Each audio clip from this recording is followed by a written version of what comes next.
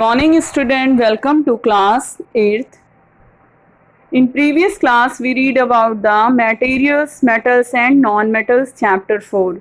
Today I will teach you chapter 5, coal and petroleum. Okay.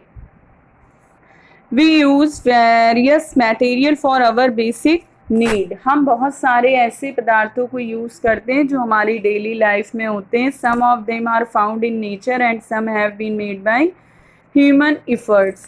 कुछ हमें कैसे प्राप्त होते हैं? नेचर से, और कुछ हमें ह्यूमन इफर्ट से मिलते हैं. Activity 5.1 make a list of various materials used by us in a daily life and classify them as a natural and man-made. तो हमें यहाँ पर कुछ ऐसे मटेरियल्स हैं जो डेली लाइफ में हम यूज़ करते हैं, उसको क्लासीफाई करेंगे कि वो नेचुरल हैं या मैन मेड हैं. Does this list include air, water, soil and minerals? क्या इस लिस्ट में एयर, वाटर और सॉयल और मिनरल्स भी ऐड हो सकते हैं? Since all these are obtained from nature they are called natural resources. अगर ये सारी चीज़ें हमें नेचर से मिली हैं तो इनको हम क्या कहेंगे? Natural resources. Can air, water and soil be exhausted by human activities? क्या एयर, वाटर एंड सॉयल जो है ह्यूमन एक्टिविटीज़ से समाप्त हो सकते हैं? You have already studied about water in class 7th. हम क्लास 7th में वाटर के बारे में स्टडी कर चुके हैं. इस water a limitless resources. Water एक लिमिटलेस यानी जिसकी कोई लिमिट नहीं है ऐसा रिसोर्स है, संसाधन है. In the light of the availability of various resource in nature, natural resources can be broadly classified into two kinds.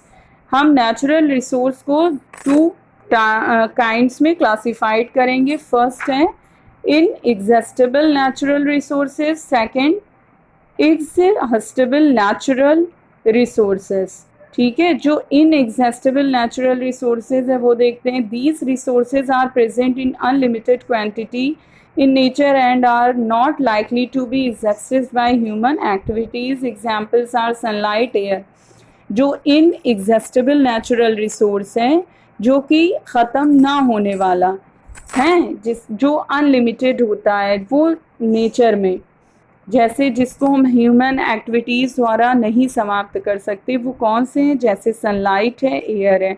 और जो एग्जॉस्टेबल नेचुरल रिसोर्स हैं, the amount of these resources in nature is limited. They can be exhausted by human activities. Example of these resources are forest, wildlife, minerals, coal, petroleum, natural gas, etc. ऐसे natural resources जो कि exhaustible हो सकते हैं यानी समाप्त हो सकते हैं. जैसे हमारा एग्जाम्पल ले लो, फॉरेस्ट है, जंगल है, वाइल्ड लाइफ, वन जीव है, कोल है, पेट्रोलियम है, नेचुरल गैस है, ये सब समाप्त हो सकते हैं. Activity 5.2 take some containers. कुछ कंटेनर्स लेंगे. Fill them with popcorn, peanuts, roasted gram, toffees. उसमें ये सारी चीज़ें हम फिल कर देंगे, जैसे पीनट्स है, पॉपकॉर्न है. Divide student into group of 7 each. फिर प्रत्येक स्टूडेंट को 7 ग्रुप्स में डिवाइड कर देंगे. Further divide etch group into 3 सब ग्रुप. फिर उनके 3 सब ग्रुप बनाएंगे 1, 2 एंड 4 स्टूडेंट में. Label them as first, second and third generation respectively. फिर उसमें फर्स्ट, सेकेंड एंड 3 जनरेशन होगी. दीज सब ग्रुप्स रिप्रेजेंट द कंज्यूमर्स. और जितने सब ग्रुप्स हैं वो एक कंज्यूमर्स को रिप्रेजेंट करेंगे. एज पॉपुलेशन इज़ ग्रोविंग, जैसे ही पॉपुलेशन बढ़ेगी, सेकेंड एंड थर्ड जनरेशन की have larger number of consumers, तो उतने कंज्यूमर्स आपके बढ़ेंगे.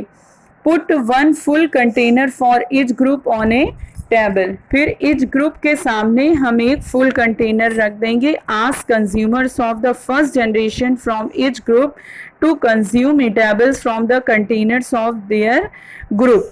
फिर हम फर्स्ट जनरेशन के प्रत्येक ग्रुप के फर्स्ट जनरेशन के कंज्यूमर से पूछेंगे कि उसने अपने कंटेनर से, अपने ग्रुप्स के कंटेनर से कितना ईटेबल्स कितना खाया. Now ask the second generation consumer from each group to do the same. फिर इसी तरह हम सेकेंड जनरेशन के भी कंज्यूमर से एज ग्रुप के हम पूछेंगे, ask student to observe carefully the availability of eatables in each container. फिर यही हम स्टूडेंट से पूछेंगे, ऑब्जर्व करेंगे केयरफुली कि प्रत्येक कंटेनर में कितना ख़त्म हुआ। If something is left in the containers, अगर कुछ चीज़ें कंटेनर्स में हैं, ask third generation from each group to consume it now. Finally, observe whether all the consumer of the third generation got the eatable or not. फिर हम ये देखेंगे कि थर्ड ग्रुप के जो जनरेशन के मतलब थर्ड जनरेशन के ग्रुप को उससे ज़्यादा मिला, ये कम। Also observe if anything is still left in any of the container.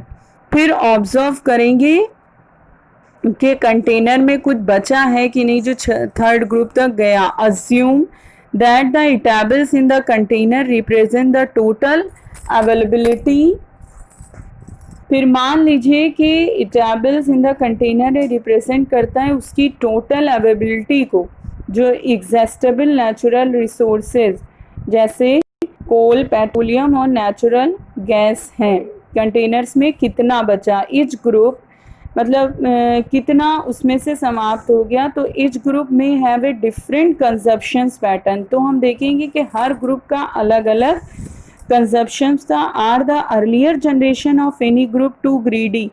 तो यानी हर जनरेशन की क्या हर ग्रुप की क्या हर फर्स्ट जनरेशन लालची थी। It may be that the earlier generation in some group we were concerned about the coming generation. क्या आने वाली जनरेशन से ज़्यादा वो लालची थी and left something for them, क्या उसके लिए उसने कुछ छोड़ा। In this chapter we will learn about some exhaustible natural resources like coal, petroleum and natural gas. इस चैप्टर में हम आगे डिस्कस करेंगे एग्जॉस्टेबल नेचुरल रिसोर्स के बारे में, जैसे कोल है, पेट्रोलियम, नेचुरल गैस, ये सब क्या है हमारे एग्जॉस्टेबल नेचुरल रिसोर्सेज हैं।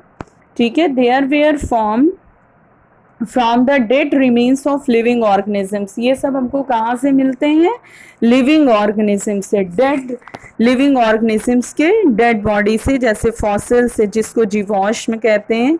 So these are all known as fossil fuels. इसको हम क्या कहेंगे, फॉसिल फ्यूल, जीवाश्म ईंधन। Okay, you understand children? I hope you all understand. We will continue next topic in next video. Okay, thank you children.